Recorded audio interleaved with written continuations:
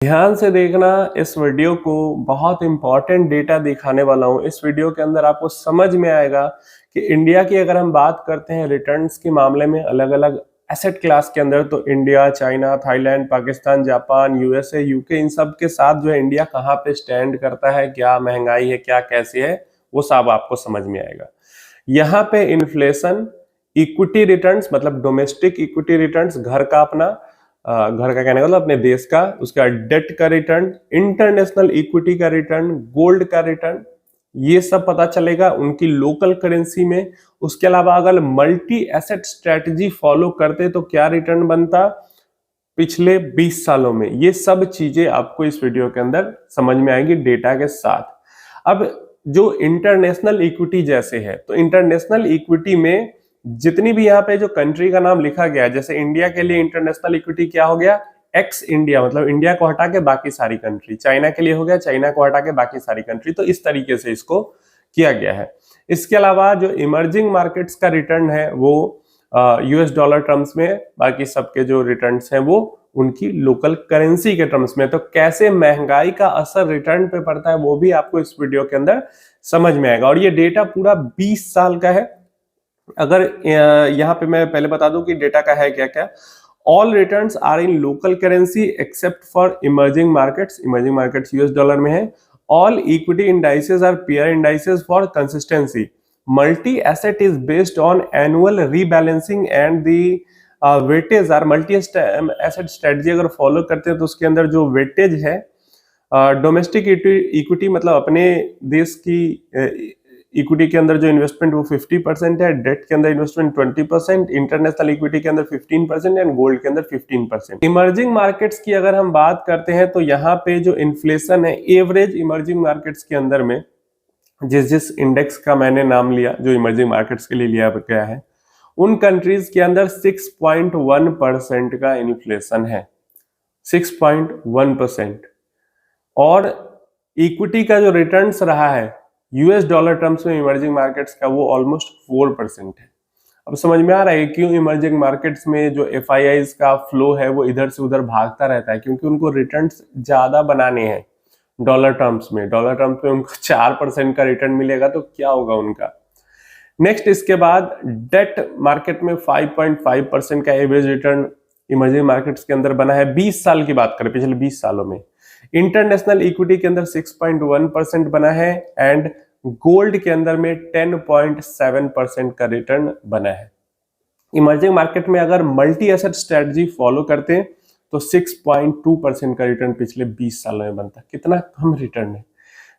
6% inflation ही हो गया और 6% मल्टी एसेट स्ट्रेटजी फॉलो करते तो रिटर्न नहीं बनता। Inflation beating return emerging markets के अंदर सिर्फ गोल्ड ने दिया है यूएस डॉलर टर्म्स में, और किसी ने नहीं, ना इक्विटी, ना डेट, ना इंटरनेशनल इक्विटी और ना ही मल्टी एसेट स्ट्रेटजी ने। चलिए इंडिया की अगर बात करते हैं तो इंडिया के अंदर पिछले 20 सालों का एवरेज जो इन्फ्लेशन है मतलब महंगाई जो है वो 6.5% पे रही है, 6.5%। यहाँ पे जो इक्विटी रिटर्न्स हैं वो रूपी टर्म्स में 13%, 13% के रहे हैं, तो इक्विटी ने इन्फ्लेशन बीटिंग रिटर्न दिया है।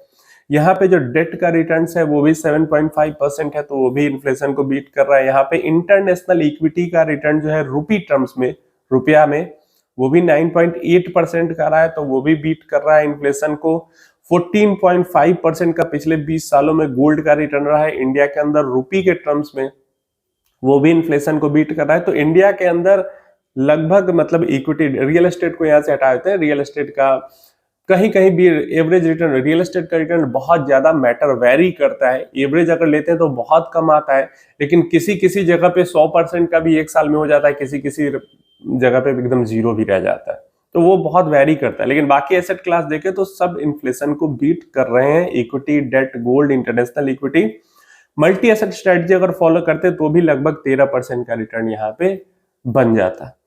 तो इमर्जिंग मार्केट्स के अगेंस्ट में इंडिया कैसा परफॉर्म किया पिछले 20 साल में अब आपको समझ में आ चुका है। अब बाकी मार्केट्स देख लेते हैं, बहुत जरूरी है जानना, तभी आपका दिमाग खुलेगा कि इन्वेस्टमेंट कर रहे हैं तो क्यों कर रहे हैं, कैसे कर रहे हैं।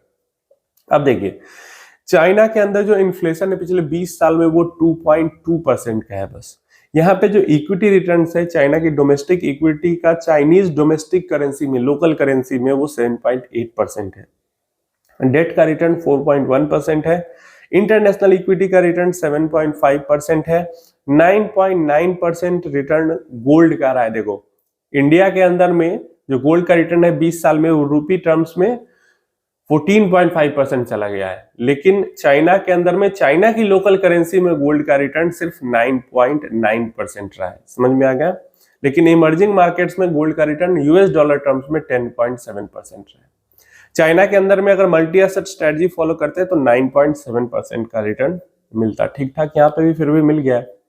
आइए थाईलैंड की बात करते हैं तो वहां पे सिर्फ 1.8% का इन्फ्लेशन पिछले 20 सालों में रहा है। 2.4% का इक्विटी रिटर्न है 20 साल का, कितना गंदा है देख लो, 2.4% जस्ट। इसके बाद डेट का रिटर्न भी 2.8% रहा है। इंटरनेशनल इक्विटी का रिटर्न थाईलैंड की लोकल करेंसी में 4.8% रहा है। सब लोकल करेंसी की बात हो रही है। और गोल्ड का रिटर्न वहां की लोकल करेंसी में 9.3% है। तो अगर आप देखोगे तो चाइना में भी और थाईलैंड में भी एंड इवन इमर्जिंग मार्केट्स में भी जो गोल्ड का रिटर्न है और बाकी सारे एसेट क्लास में कितना ज्यादा अंतर है। मल्टी एसेट स्ट्रेटजी भी वहां की लोकल करेंसी में फॉलो करते हैं थाईलैंड की, तो 4.8% का ही जस्ट रिटर्न है। अब आता है यहाँ पे एक ट्विस्ट, हमारे पास आता है पाकिस्तान, पड़ोसी है हमारा। 10% का इन्फ्लेशन वहां पे, 10% का महंगाई लगभग पिछले 20 सालों में ऑन एन एवरेज रही है। वहां पे जो इक्विटी रिटर्न है वो 15.2% बने हैं। 10.2% का डेट का रिटर्न है, पाकिस्तानी रुपीस की बात कर रहे हैं, पाकिस्तानी रुपीस के टर्म्स में। इंटरनेशनल इक्विटी 14.7% रहा है। गोल्ड का रिटर्न तो वहां पे ऑलमोस्ट 20% का रहा है पिछले 20 सालों में सालाना। 16.5% का यहाँ पे मल्टी एसेट स्ट्रेटजी फॉलो करते तो रिटर्न बनता। अब पाकिस्तान में गोल्ड का रिटर्न इतना ज्यादा और हाई क्यों दिख रहा है? अब देखिए क्या कहा था मैंने आपको कई बारी बताया कि गोल्ड आपकी करेंसी के अगेंस्ट में हेज हो जाता है। तो जितना ज्यादा आपका जैसे इंडियन रुपया है वो डिप्रिशिएट किया, या पाकिस्तानी रुपी डिप्रिशिएट किया, या थाईलैंड की जो लोकल करेंसी है वो डिप्रिशिएट करेगी, या चाइना की करेंसी डिप्रिशिएट करेगी, या डॉलर भी अगर डिप्रिशिएट करता है, तो जितना ज्यादा जो लोकल करेंसी डिप्रिशिएट करेगी उतना ज्यादा गोल्ड का रिटर्न हाई बनेगा। इसीलिए देखो पाकिस्तान के अंदर में पाकिस्तान की जो पाकिस्तानी रुपया है वो डॉलर के अगेंस्ट में इंडिया से भी खराब है उसके हालात। तो इस कारण पाकिस्तान में गोल्ड का रिटर्न ज्यादा है, इंडिया में उससे कम है, और यूएस डॉलर टर्म्स में उससे भी ज्यादा कम है, क्योंकि इंडिया का रुपया ज्यादा डिप्रिशिएट किया है और पाकिस्तानी रुपया है वो और ज्यादा डिप्रिशिएट किया है। और ज्यादा डिप्रिशिएट करने के कारण ही यहाँ पे महंगाई लगभग 10% टच कर गई है। और महंगाई ज्यादा होने के कारण ही देखो यहाँ पे डेट का रिटर्न्स भी ऑलमोस्ट 10% एवरेज दिखता है, इक्विटी का भी 15% दिखता है, इंटरनेशनल इक्विटी भी 14-15% दिखता है। इसका रीजन यही है कि पैसा ही इतना ज्यादा डिप्रिशिएट कर गया है कि रिटर्न्स ऑलरेडी हाई दिख रहे हैं। और हाई रिटर्न्स दिखने का कोई फर्क है, अगर इन्फ्लेशन बीटिंग रिटर्न देखो तो इन्फ्लेशन बीटिंग सिर्फ 5% का रिटर्न है इनका, जो इन्फ्लेशन से ज्यादा है यहाँ पे। इससे बेटर तो इंडिया में है, इन्फ्लेशन 6% और रिटर्न 13%। इन्फ्लेशन 6% और गोल्ड का रिटर्न लगभग 14-15%, और यहाँ पे इन्फ्लेशन 10% और गोल्ड का रिटर्न यहाँ पे 20% है। तो इन्फ्लेशन बीटिंग अगर रिटर्न देखोगे तो एक्चुअल में बहुत ज्यादा रिटर्न नहीं मिला, क्योंकि महंगाई ही इतनी ज्यादा है। चलिए जापान के अंदर 0.8% का इन्फ्लेशन पिछले 20 सालों में रहा है। 4.5% जापानीज की लोकल करेंसी में उनका इक्विटी रिटर्न है पिछले 20 सालों का। डेट का रिटर्न बिल्कुल नहीं है। हमने कई बार सुना है कि वहां पे तो इधर जाके कुछ रेपो रेट ऊपर लाया गया है, नहीं तो एकदम फ्लैट था, जीरो था, डेट में कोई रिटर्न नहीं बनता था। देन जापान के अंदर इंटरनेशनल इक्विटी में इन्वेस्टमेंट करके 7.5% का रिटर्न मिल गया है लोन की लोकल करेंसी में। और गोल्ड का रिटर्न जापानीज करेंसी में 12% का रहा है पिछले 20 सालों में। तो जापान में और कोई एसेट क्लास ने रिटर्न दिया या नहीं दिया, लेकिन इंटरनेशनल इक्विटी ने थोड़ा बहुत रिटर्न बना दिया है और गोल्ड ने भी रिटर्न थोड़ा बहुत डबल डिजिट रिटर्न बना दिया। ऐसी कंट्री में जहां पे 0% का डेट रिटर्न है, 4% का इक्विटी रिटर्न है, तो बहुत बड़ी बात है। मल्टी स्ट्रेटजी लगभग 6% का रिटर्न यहाँ पे मिल जाता। नेक्स्ट आते हैं हमारे पास यूएसए, 2.5% का इन्फ्लेशन है और 20 सालों में एवरेज। 8.6% का उनका लोकल इक्विटी का रिटर्न है। उसके बाद डेट का रिटर्न 2.6% है। इंटरनेशनल इक्विटी का 3.1% रिटर्न क्यों है पता है? क्योंकि बाकी जो देश हैं जैसे यूएसए के अलावा इन्हीं सारी India, China, Thailand, Pakistan, Japan, UK की बात करें तो इनकी जो लोकल करेंसी है वो यूएस डॉलर के अगेंस्ट में इतना डेप्रिसिएट कर जाती है हर साल। इस कारण से एक्चुअल टर्म्स में बहुत ज्यादा रिटर्न यूएस के इन्वेस्टर का नहीं बन पाता है।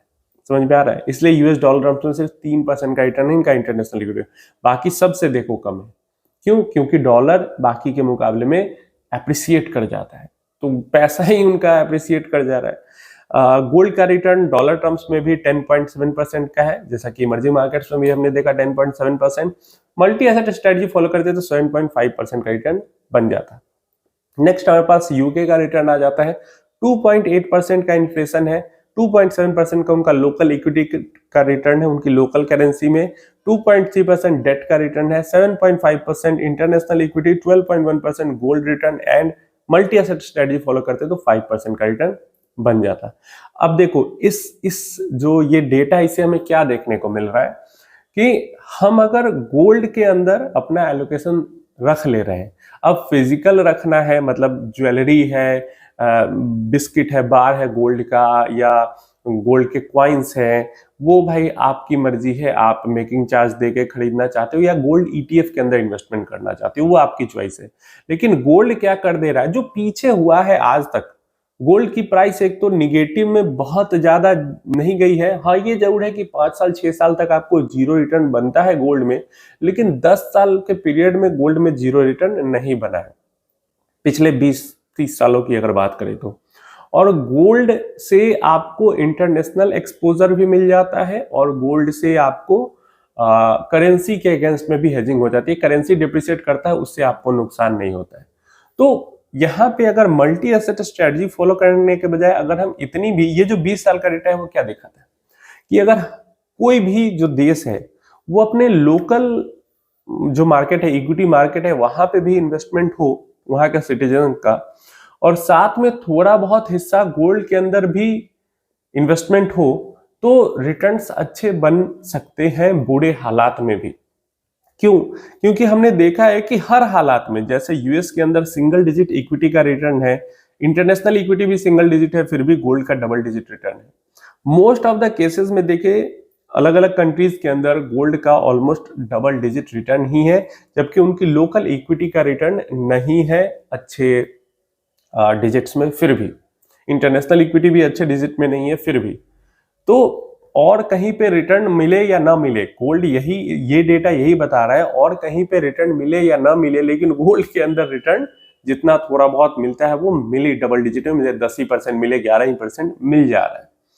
तो ऐसे में हमारी खुद की इक्विटी के अगेंस्ट में और करेंसी के अगेंस्ट में भी गोल्ड हेज कर दे रहा है, और क्योंकि ये एक इंटरनेशनल एसेट है तो कोई परेशानी भी नहीं हो रही है।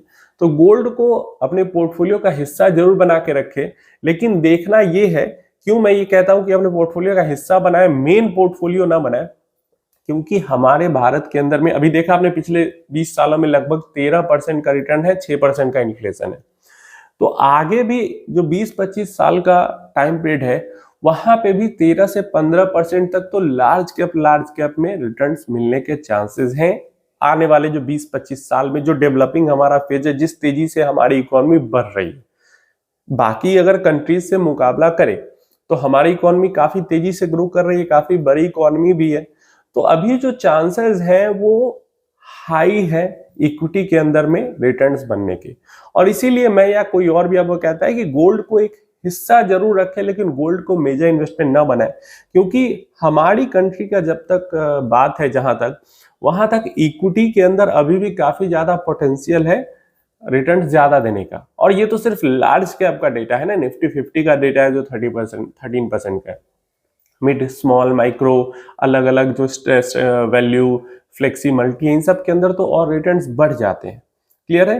तो हमारे यहाँ पोटेंशियल है आने वाले 20-25 सालों तक गोल्ड से बेटर रिटर्न जनरेट करने का इक्विटी के अंदर, लेकिन हम 100% मिस भी नहीं कर सकते गोल्ड को, क्योंकि हमने देखा है बाकी देश के अंदर क्या बुरे हालात में भी अगर उनकी इक्विटी का रिटर्न्स ना भी रहा है फिर भी गोल्ड अच्छा रिटर्न दिया है, क्योंकि इंटरनेशनल एसेट है। तो इसलिए एक हिस्सा गोल्ड का रखना जरूरी है। अब आपको फिजिकली बहुत ज्यादा पहले से घर में गोल्ड है तो फिर ईटीएफ खरीदने की जरूरत नहीं है, लेकिन अगर गोल्ड बिल्कुल नहीं है तो ईटीएफ में ही इन्वेस्ट कर लो एक हिस्सा। लेकिन इंपॉर्टेंट जो पोर्टफोलियो का हिस्सा है आने वाले 20 से 25 साल तक, फिर उस टाइम पे जैसी सिचुएशन होगी उसके अकॉर्डिंग देखेंगे। लेकिन अभी जो दिख रहा है आने वाले 20-25 सालों तक mid, small, micro, multi, flexi, value, ये सब जो स्ट्रेटजी है उसमें गोल्ड बीटिंग रिटर्न्स देने की कैपेबिलिटी है इंडिया के अंदर। तो मेरा तो यही ओपिनियन है और उम्मीद है ये डेटा इंफॉर्मेशन काफी ज्यादा हेल्पफुल होगा। कोई क्वेश्चन क्वेरी है तो नीचे कमेंट बॉक्स में पूछ लेना।